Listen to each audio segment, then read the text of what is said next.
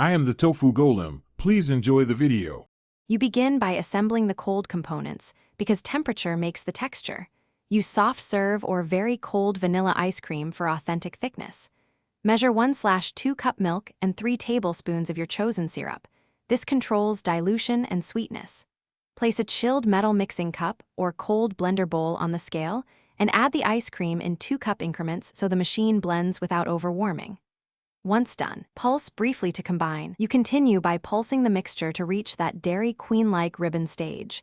Short bursts preserve air and thickness while preventing melting. After 4 to 6 pulses, stop and check. The shake should fall slowly off a spoon, thick enough to keep shape in a cup. Make sure to add mix-ins, cookie pieces, or fruit at the end, folding gently so chunks remain intact.